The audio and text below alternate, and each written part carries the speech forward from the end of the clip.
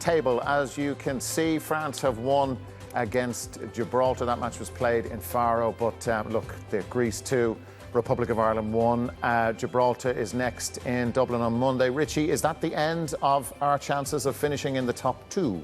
When I saw the draw made, whatever amount of months ago it was, I didn't think we'd have hope at all of finishing in the top 2. So tonight, I think for anyone who thought we had some kind of chance, or really optimistic or really positive, or kind of the flag waving, chest thumping stuff you hear from some people, which isn't based in any reality, tonight they can forget that talk.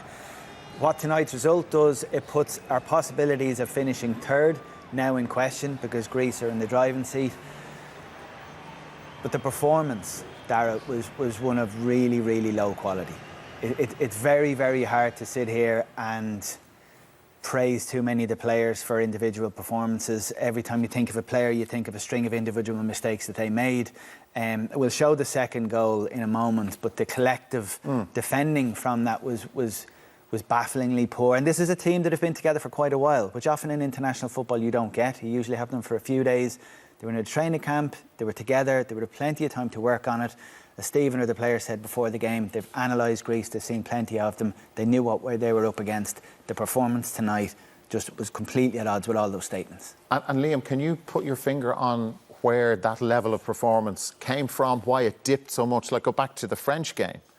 And we have seen, as you know, as Richie has said, we have seen that team, Ronnie said it as well, play so much better. But why not tonight? Well, I don't know whether it was the heat, Dara. I know they've been in Turkey acclimatising to the conditions, but they look heavy-legged, they look fatigued. The space they gave to the Greek team was ridiculous. We're lucky to get away with a 2-1, could have easily been 4-1. Very, very poor performance. Don't see the improvement that people are kind of going on about. I don't see what Stephen Kenny's getting involved with the referee for. We were lucky to get away with a 2-1. You know, and summed it up with Doherty getting sent off right at the end. You know, that summed up a really bad Irish performance. What this does is restart the debate about Stephen Kenny and this job. That debate never ended. It didn't need to have to well, he got a new contract. It's been continuous. But this brings it very sharply into focus now. And what is next? Because, OK, you're relying on other teams doing a job for you and qualifying ahead of you to get into a Nations League playoff. We're not going to get into the scenarios with that. Like the context of this group and our chances of qualifying. Weirdly, this rules out a top 2 finish, which we weren't going to get in the first place. Our best chance was, in my view, to finish third, which is very possible. Tonight's result isn't a fatal result in terms of that. Okay. We can beat Greece at home as long as we beat Gibraltar twice, and our goal difference against the big teams isn't bad. We finish ahead of Greece. But so in some sense, the result isn't changed much. The performance, though, is the real talking point. Well, there's the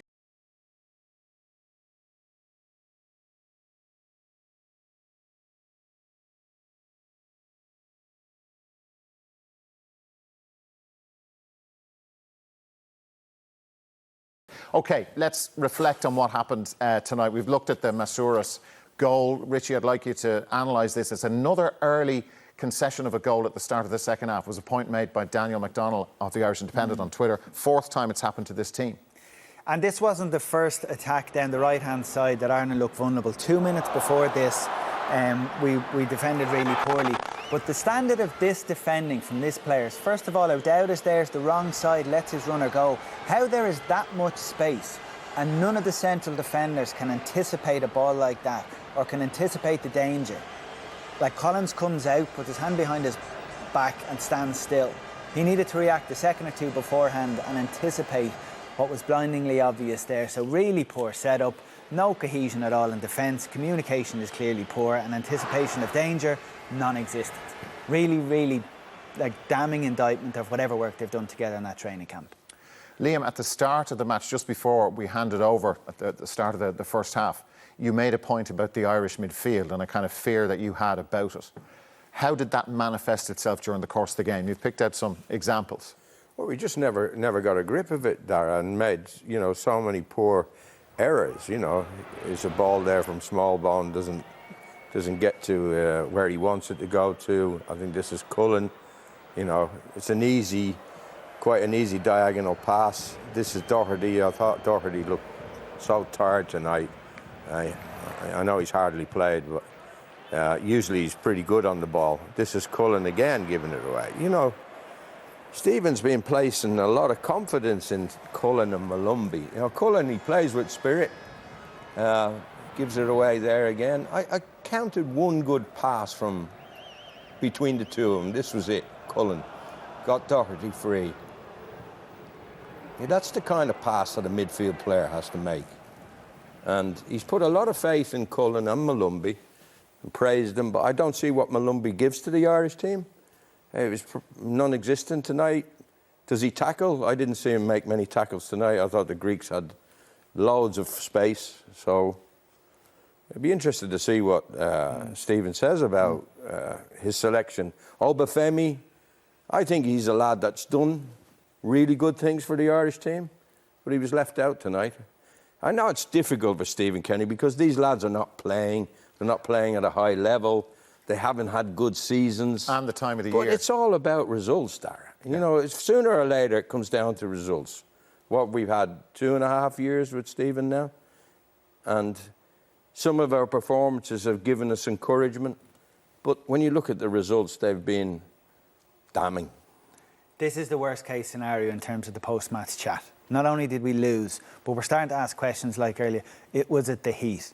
Is it the calendar? Is it the placing of this game at this time of year? Are these the insurmountable obstacles here that the Irish team tripped up on? But the individual errors, like the lacklustre performance, the heavy-leggedness that we saw from some of them, like, I'm dying to hear from Stephen Kenny. Well, Liam just used the word damning. You know, like this is... That's why I want to hear from the manager, because he has and I'm not criticising for this, it's blindingly obviously why he does it. He's generally very bullish in his optimism or his praise or seeking to focus on the positives. It's what he does post-match, even in difficult times in the past. So what he says tonight, I think, is going to be really, really interesting, because there's very little ground for him to do that.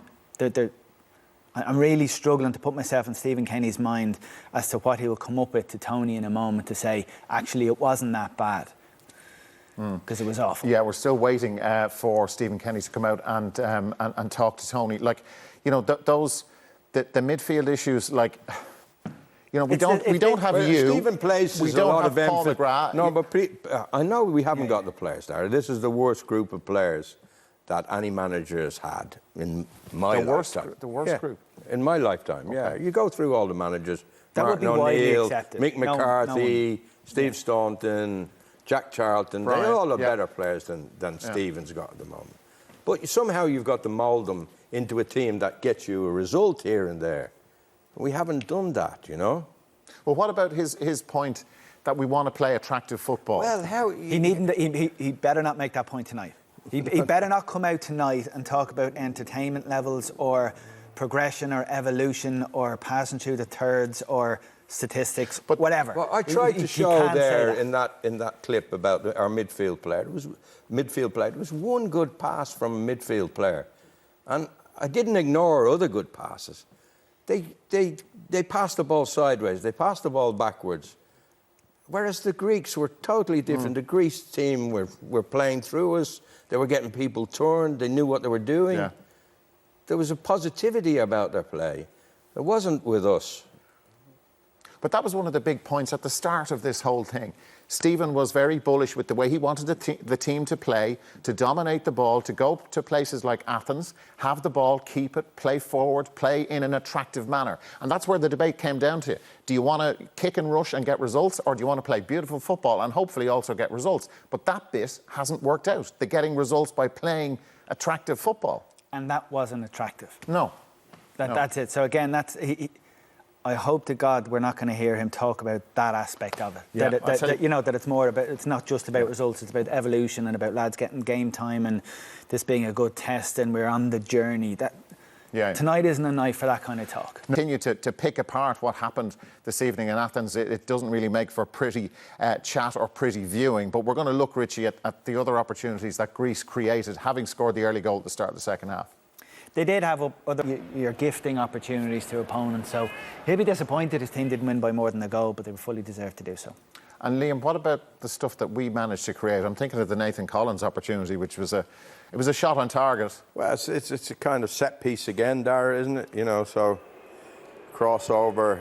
Matt Doherty does well at the far post, gets a header back in around the edge of the box, and Collins smashes it, but it goes too straight at the goalkeeper.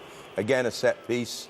I think it's Egan at the far post, gets the ball across the goal. Collins gets hold of it, and Doherty, if he could find a corner there, that was right in the last minute, that would have got us out of jail. Didn't deserve to get out of jail, but it can happen in football.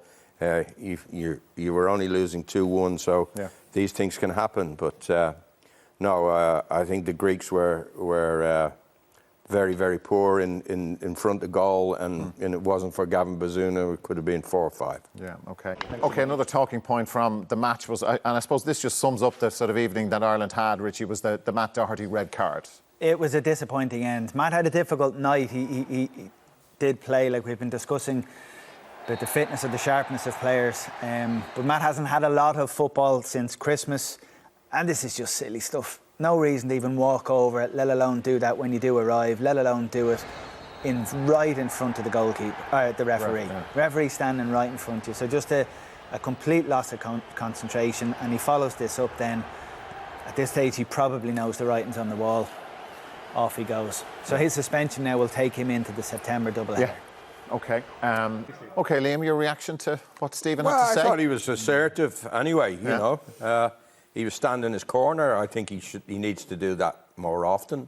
I think he needs to show more confidence in himself. But there was very little excuse, you know. He did mention that they haven't played for a long time. I'm sure that had a bearing on it. But it was very disappointing, very disappointing. Your take, Richie?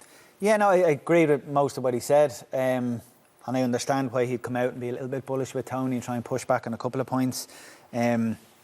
We didn't start okay. He said we did, and said we were well in the game. We weren't. The scoreline kept on the us scoreboard in it. We were. Yeah. On the scoreboard, you look at it. You showed me passing statistics. Read them, and you'd give the impression we were. Yeah. But the flow of the game, and he was right. Greeks had more control of the game at the first half, and the moments where we did well was in the back of Greeks backing off. There'll be headlines tomorrow talking about Greek tragedies. I'm not going to use that as we leave you for now.